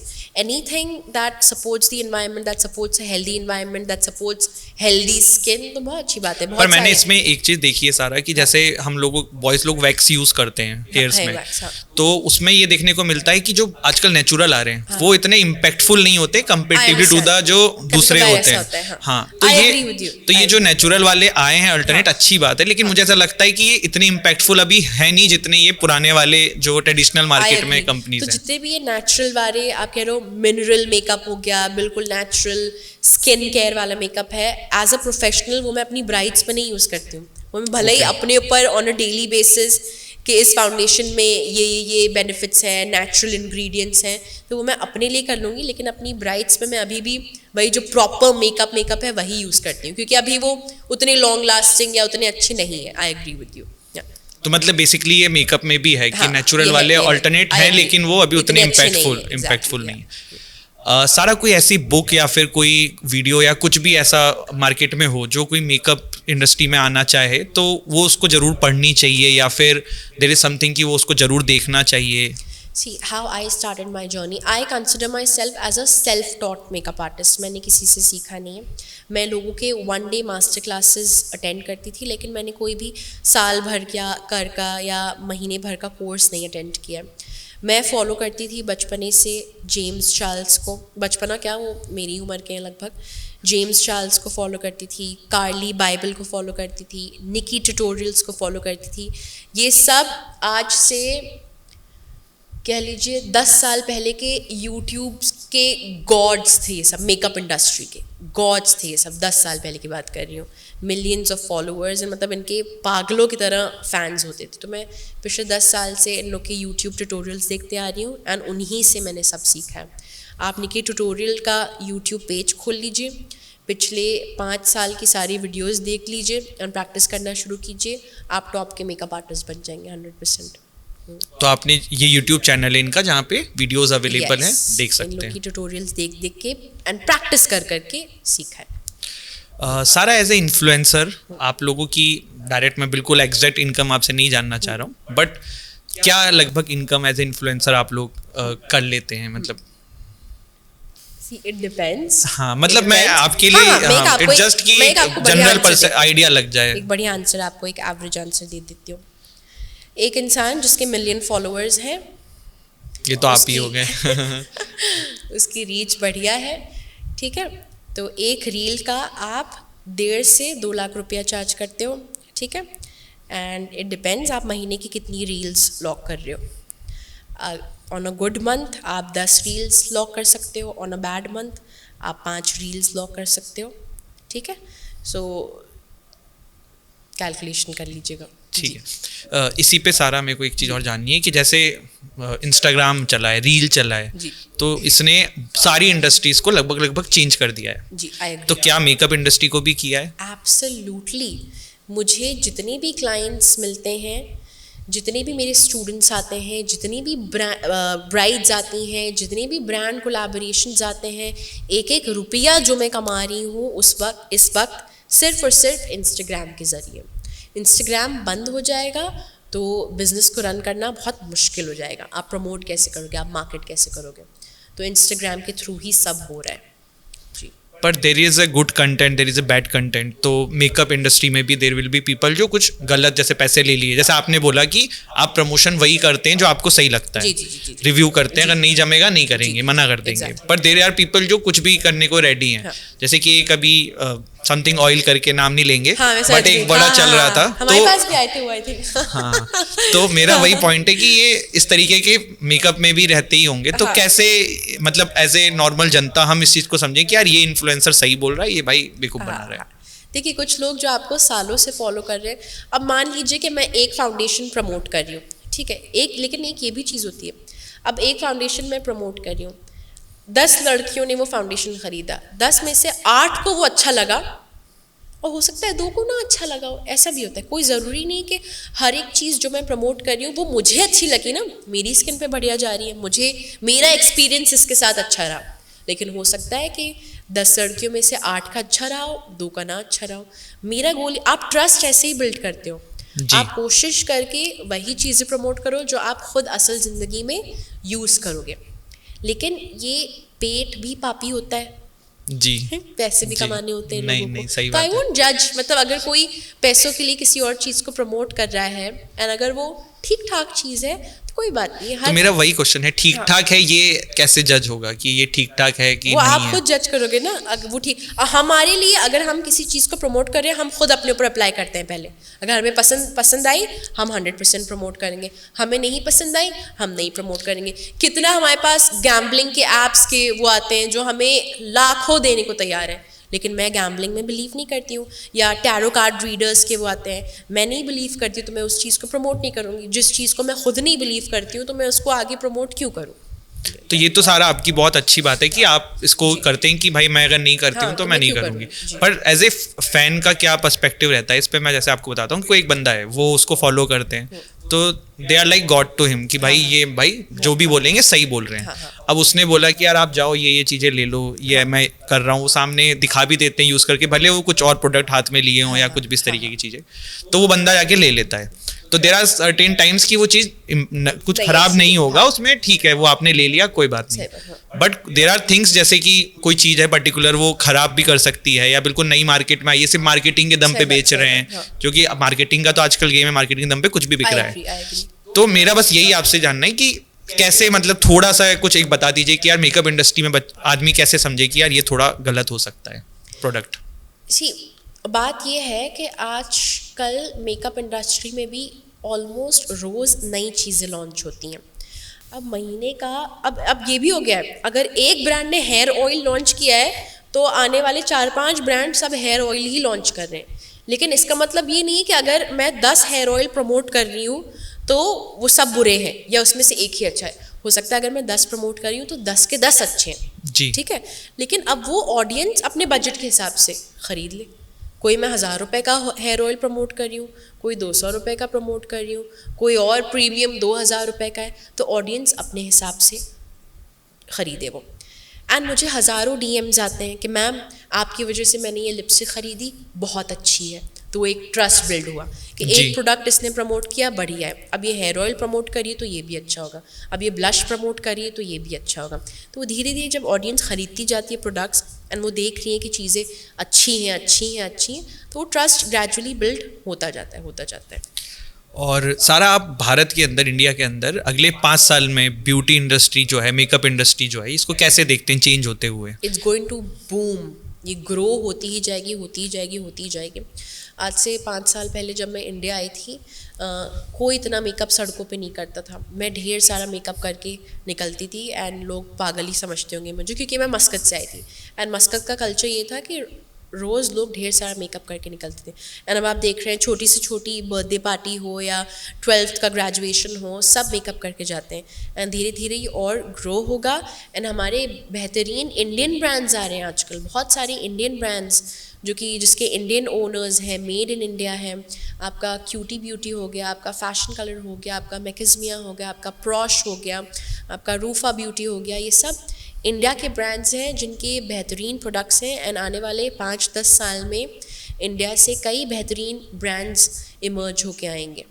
जी, इसी पे सारा मेरा एक और क्वेश्चन है कि इंडियन ब्रांड बेटर है कि फॉरेन ब्रांड? क्योंकि जैसे फॉरेन ब्रांड का नाम है कि भाई ये फला कंपनी है, वो ये कंपनी है, इंडियन ब्रांड्स भी यहाँ पे आ रही हैं, तो आपका क्या टेक है कि हम we can trust Indian brands also? कि एब्सोल्युटली ट्रस्ट इंडियन ब्रांड्स। बहुत सारे बेहतरीन इंडियन ब्रांड्स हैं जो कि इंटरनेशनल ब्रांड्स के टक्कर में हैं, बिल्कुल टक्कर पे हैं। आजकल जो इंडिया में फैक्ट्रीज़ हैं, इंडिया की जो लिपस्टिक्स आ रही हैं, फाउंडेशंस आ रही हैं, आई शैडो पैलेट्स आ रहे हैं, टॉप लेवल के आ रहे हैं, बिल्कुल टॉप लेवल के आ रहे हैं। हाँ, तो सारा एज ए इन्फ्लुएंसर आपको बेस्ट एडवाइस जो आपने रिसीव करी हो और आपको वो लगा हो कि यार ये मेरे लिए बहुत काम आने वाली है आगे, तो कोई ऐसी एडवाइस आपको किसी ने दी हो तो प्लीज़ उसको शेयर करिए हम लोगों के साथ। किसी ने दी नहीं है एडवाइस, ये मैंने खुद से मतलब सीखा है। कोई आपका मेंटोर है, मतलब जिसको? सच मेंटोर नहीं है कोई मेरी फैमिली में, ना इन्फ्लुएंसर है, ना जब मैंने ये जर्नी स्टार्ट की थी, ना मैं किसी इन्फ्लुएंसर को जानती हूँ। सब कंपटीशन समझते हैं ना। जी जी जी जी हम अपना सीक्रेट क्यों बताते जी। कोई आज सच मेंटोर किसी का इस इंडस्ट्री में नहीं होता है, ठीक है। तो मैंने बस यही सीखा है, जितना नेचुरल होगे, बी योरसेल्फ। शुरू में जब मैंने इंस्टाग्राम ज्वाइन किया था तो मैं थोड़ा लिए दिए रहती थी और अपना अंग्रेजी जा रहे हैं और अपना इधर आ रहे हैं कर रहे हो। That didn't work. The moment I started being myself, my true self, कि भैया अगर लोगों पे प्लस वाला लगा दो, connection to the audience, connect with the audience, audience समझ जाती है यार ये नौटंकी कर रही है या ये रियल है। जहाँ ऑडियंस देखा यार ये तो हमारी तो नहीं है यार, तो हमारी तो नहीं है, असली लड़की है, दैट्स व्हेयर इट कनेक्ट्स। सो अगर आप भी एक इन्फ्लुएंसर बनना चाहते हो, जस्ट बी योरसेल्फ 100%। नौटंकीबाजी करने की जरूरत नहीं है, किसी और की तरह एक्ट करने की जरूरत नहीं है, just be who you are, that's and your audience will connect. जैसे आजकल होता क्या है ना कि किसी ने देखा आप फेमस हो रहे हैं तो they will try to copy कि यार ये थोड़ा ऐसे कर रही हैं तो वो कर, बट वही है ना कि सारा खान तो एक ही हैं। It wouldn't work. मैं भी ये करती थी, जब मैंने साल भर कंटेंट बनाया है तो मैं दूसरे इन्फ्लुएंसर्स को कॉपी करके इंग्लिश में वॉइस ओवर्स डाल रही हूँ या जैसा मेकअप वो कर रहे हैं वो कर रही हूँ। फिर जब मैंने सोचा ये यार हिंदी में बोलने डालते हैं, एंड ऑनेस्टली आज से 4-5 साल पहले एक तो ये भी होता है ना, लोग थोड़ा झिझकते हैं क्या हिंदी में क्यों बोले, थोड़ा sophisticated sound करता है। मैंने जब अपना पहला IGTV था, हिंदी में डाला था, 10-15 मिनट का IGTV था, एंड उसको 1 मिलियन व्यूज चले गए, एंड 2000 से मेरे ओवरनाइट फॉलोअर्स 10,000। मैं समझ गई यार अब इंग्लिश छोड़ो, अपना देसीपना, लोग उससे कनेक्ट हो रहे हैं, लोगों को हिंदी बोलने में भी आसानी होती है, हिंदी समझने में भी आसानी होती है, तो हिंदी में मेकअप सिखाना शुरू किया, वो कनेक्ट करना। और ये जो कंटेंट आपका जो कॉमेडी के लेवल पे थोड़ा सा रहता है, तो ये स्टार्टिंग से था कि आपने बीच में इसको इवॉल्व किया है? स्टार्टिंग में तो मैं नौटंकीबाजी करती थी ना, मैं जी जी पर्सनालिटी नहीं दिखाती थी जी, मैं वो हॉट एंड सेक्सी सोफिस्टिकेटेड एक दूसरी पर्सनालिटी हो जाती है। ओके। तो धीरे धीरे जब आप नेचुरल, एक तो ऑन कैमरा शुरू में आप शर्माते भी हो ना, जी। मैं नेचुरली नहीं बोल पाती थी ऑन कैमरा, एक झिझक थी, डर था कि लोग जज कर रहे हैं। अब मुझे बिल्कुल भी डर नहीं लगता, जिसको जो सोच रहे हैं सोचे, हार हो रहे, जो मैं हूँ वो मैं हूँ। तो जब अगर मैं फनी हूँ तो मैं अपना फनी साइड दिखाती हूँ, मैं हूँ फनी। और मैंने एक चीज़ और देखी आपके रील्स में कि बहुत मतलब रियल रहते हैं आप, जैसे आपने बिल्कुल इनिशियल से मेकअप करके दिखाते हैं उसी में, और बिल्कुल नॉर्मल जो भी बातें रहती हैं, ऑफ कोर्स आप स्क्रिप्ट बनाते होंगे बट वो बिल्कुल नॉर्मल लगती है, लाइक कि हाँ समझ में आ रहा है क्या बोलने की कोशिश। हाँ, सबसे बड़ी चीज़ रिलेटेबिलिटी। हर किसी की जिंदगी में हार्ट ब्रेक हुआ है तो मैं हार्ट ब्रेक में बहुत बोलती हूँ, हाँ। हर किसी की जिंदगी में नेस्टी रिश्तेदार हैं तो मैं उनके ऊपर बोलती हूँ, तो कुछ ना कुछ ऐसी चीज़ों पे बोलती हूँ जिससे लोग रिलेट कर पाए। जी, लास्ट में सारा, पहले तो थैंक यू आप आए हमारे यहाँ पे इस पॉडकास्ट में। मेरा आपसे बस यही है कि सभी फील्ड में हर आदमी आज की डेट में कुछ ना कुछ मेहनत कर रहा है, कोशिश कर रहा है, बहुत सारे लोग इन्फ्लुएंसर बनना चाह रहे हैं अलग अलग इंडस्ट्री के अंदर, और मेहनत सभी को करनी है, थोड़ा थोड़ा सीक्रेट सबका लगभग सेम रहेगा। तो आप सभी को एक कॉमन कोई एडवाइस देना चाहें इंस्टाग्राम पे क्लिक करने के लिए, ऑनलाइन पे क्लिक करने के लिए, तो प्लीज़ शेयर करिए। मेरा एडवाइस यही होगा कि गिव इट टाइम। ये जो मैं जहाँ पहुँची हूँ ये ओवरनाइट नहीं पहुँची हूँ, 5 साल लगे हैं, एंड शुरू में 1 साल तो सिर्फ 2000 ही फॉलोअर्स थे। मैं चाहती तो गिव अप कर देती, 1 साल बहुत लंबा समय होता है जी, मैं चाहती तो गिव अप कर देती, लेकिन ये स्लो प्रोसेस है, धीरे धीरे कंसिस्टेंसी होनी चाहिए, एंड खुद पे यकीन होना चाहिए कि स्लो प्रोसेस है, लेकिन मुझे भरोसा है कि मैं कर लूँगी। तो खुद पे भरोसा रखिए, कंसिस्टेंट रहिए, 100% अपना दीजिए, एंड जस्ट बी योरसेल्फ। धीरे धीरे सब हो जाएगा, and do not give up in between. अक्सर ये होता है कि सक्सेस बस नेक्स्ट वीडियो हमारा सक्सेसफुल होने वाला होता है, जी, हम गिव अप कर देते हैं। गिव अप नहीं करना, धीरे हो जाए। Consistency is the key. और एक और चीज़ मैंने इस पूरे पॉडकास्ट में नोटिस किया है सारा, कि जैसे देयर इज़ अ थिंग कि जो आज की डेट में इन्फ्लुएंसर हैं, या जैसे हम अभी मिलता हूँ, काफ़ी लोगों से मिलता हूँ, काफ़ी लोग हम पॉडकास्ट लेते हैं, तो एक वाइब फील होती है। तो देयर इज़ अ कि बहुत लोग हम्बल होते हैं, बहुत लोग हम्बल नहीं होते हैं, थोड़े आकड़। आप मुझे बहुत हम्बल लगे, तो मुझे यही, जैसे मैंने आपसे बोला भी, जब बात हुई आपसे तो आपने रेडी भी हुए पॉडकास्ट के लिए, तो मुझे एक चीज़ और लगती है कि ज़्यादातर जो सक्सेसफुल लोग होते हैं ना, उसमें कहीं ना कहीं हम्बल जो क्वालिटी है ना, ये बड़ी इंपॉर्टेंट है, और आपके अंदर वो चीज़ है। तो थैंक यू सो मच सारा for coming to this podcast. Thank you so much.